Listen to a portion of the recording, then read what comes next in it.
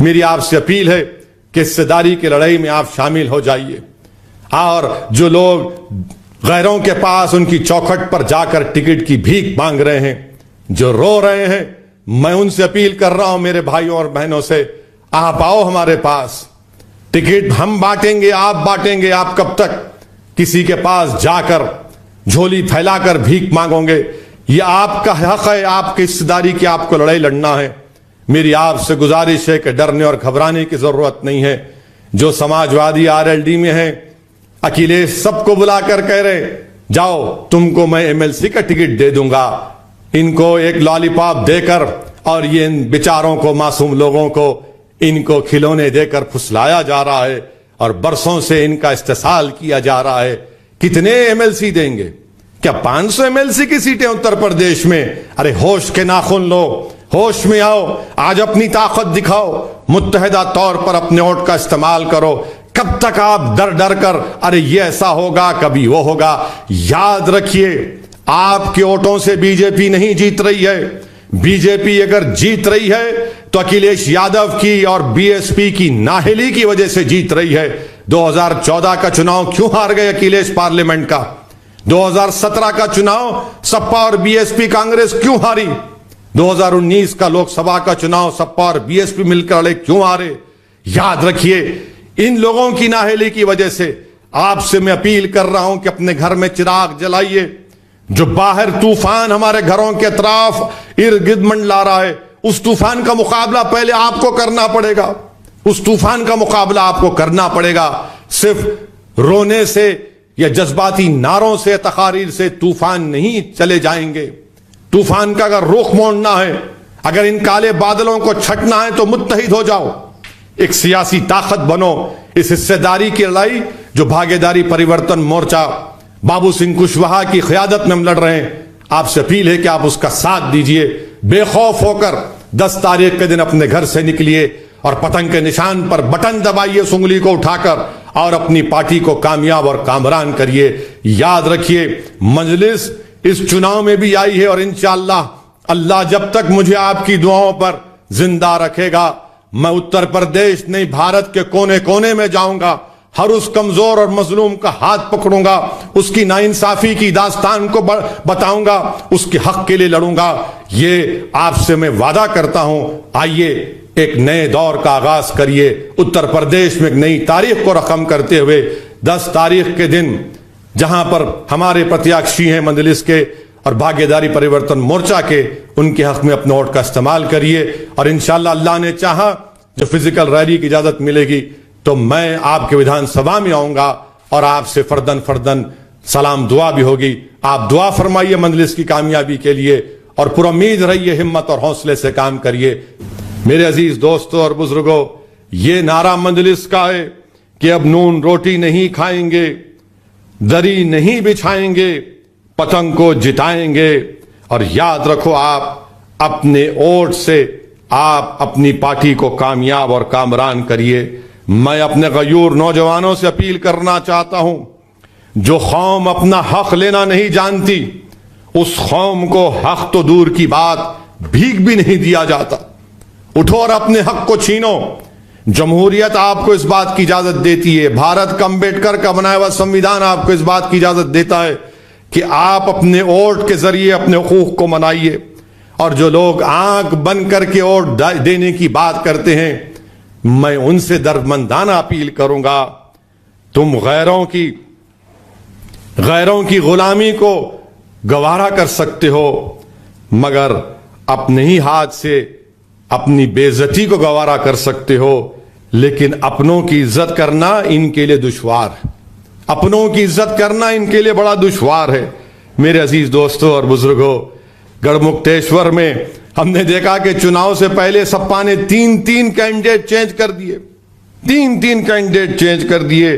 और भारतीय जनता पार्टी ने साबिका वजीर आजम चौधरी चरण सिंह के पोते को टिकट दिया और बीएसपी ने सपा के साबिका विधायक मदन मोहन को टिकट दिया। एसपीआरएलडी ने हमारे गुर्जर भाई को टिकट दिया।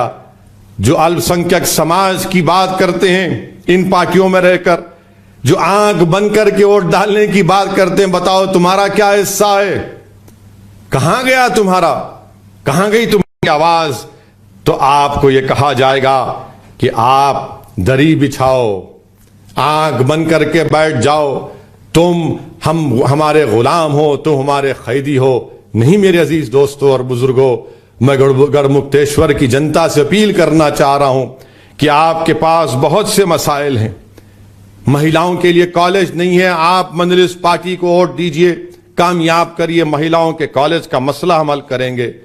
किसानों के पास खाद नहीं है, ब्लैक मार्केट में गढ़मुक्तेश्वर के किसान को ब्लैक मार्केट में फर्टिलाइजर खाद खरीदना पड़ रहा है।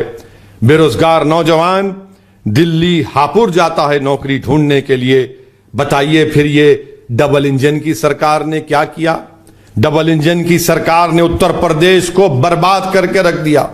मैं भाजपा के लोगों से पूछना चाहता हूं, बताओ क्या यह बात सच नहीं है कि जो उत्तर प्रदेश का युवा ग्रेजुएट है वो 51% अनएम्प्लॉयड है, बेरोजगार है। जो उत्तर प्रदेश का युवा टेक्निकल ग्रेजुएट है वो 46% बेरोजगार अनएम्प्लॉयमेंट है। जो टेक्निकल डिप्लोमा सर्टिफिकेट होल्डर है 66% के पास नौकरी नहीं है। बताओ डबल इंजन की सरकार, मोदी और योगी की सरकार, क्या यह सच है या झूठ है? बताओ। इतनी बड़ी तादाद में युवा बेरोजगार हैं। मैं हमारे ओबीसी समाज के युवाओं से अपील करना चाहता हूं कि 5 साल पहले आपको हिंदुत्व के नाम पर ठगा गया। क्या आपको मिला? योगी की बाबा की सरकार आपको मिली। आज 50% मीडिया रिपोर्ट करता है कि उत्तर प्रदेश में डीएम 50% अपर कास्ट के हैं। क्यों है ये? क्या यही सामाजिक न्याय की बात योगी और बाबा करते हैं? और मोदी प्रधानमंत्री के बारे में बीजेपी कहती है कि सबसे बड़ा देश का अगर कोई नेता है ओबीसीओं का, पिछड़े समाज का, तो नरेंद्र मोदी है। यह आपका इंसाफ है? आज उत्तर प्रदेश में सबसे ज्यादा गुर्बत है। बिहार झारखंड के बाद तीसरा नंबर उत्तर प्रदेश का आता है।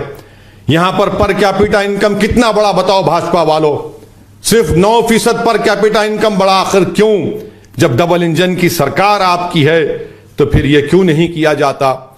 अल्पसंख्यक समाज के लोग जो हमारे कुरैश बिरादरी के हैं उनको रोजगार से महरूम कर दिया गया।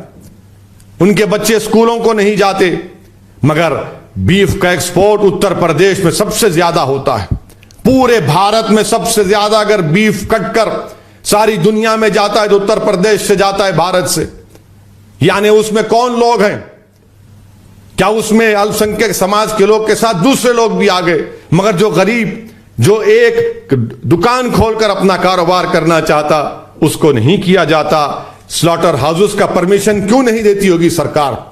एक्सपोर्ट के नाम पर तो एक्सपोर्ट किया जाता है क्योंकि भारत को फॉरेन एक्सचेंज आता है। मगर जो लोग आज भूख मर रहे हैं, हमारे अंसारी बिरादरी के लोग जो पावर लूम में बिजली की कीमतों से तड़प रहे हैं, जिनके पावर लूम बंद हो रहे हैं, उनके ताल्लुक से कुछ नहीं कहा जाता।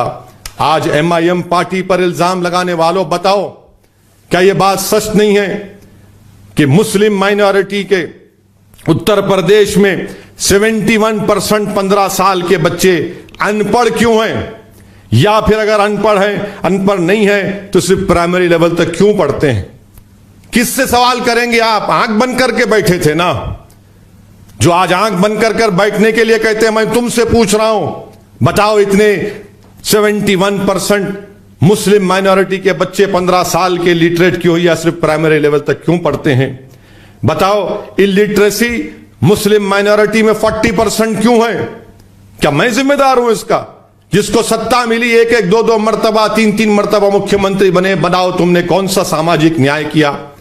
पर कैपिटा जो महाना एक्सपेंडिचर है घर चलाने के लिए होता है उत्तर प्रदेश में मुसलमान घर में सिर्फ 750 रुपए खर्च होते हैं और पूरे भारत में घर में 988 रुपए का खर्चा होता है। इसका जिम्मेदार क्या मैं हूं? मेरे अजीज दोस्तों और बुजुर्गों, सबसे ज्यादा बेरोजगारी मुस्लिम माइनॉरिटी में 5.92%, ओबीसी में 3.46 और हमारे दलित भाइयों में 4% है। कौन जिम्मेदार है इसका? क्या यह नाइंसाफी नहीं है? क्या यह दबाया नहीं जा रहा है? क्या आपको अपना हिस्सा मिल रहा है? यही तो हम हिस्सेदारी की बात कर रहे हैं।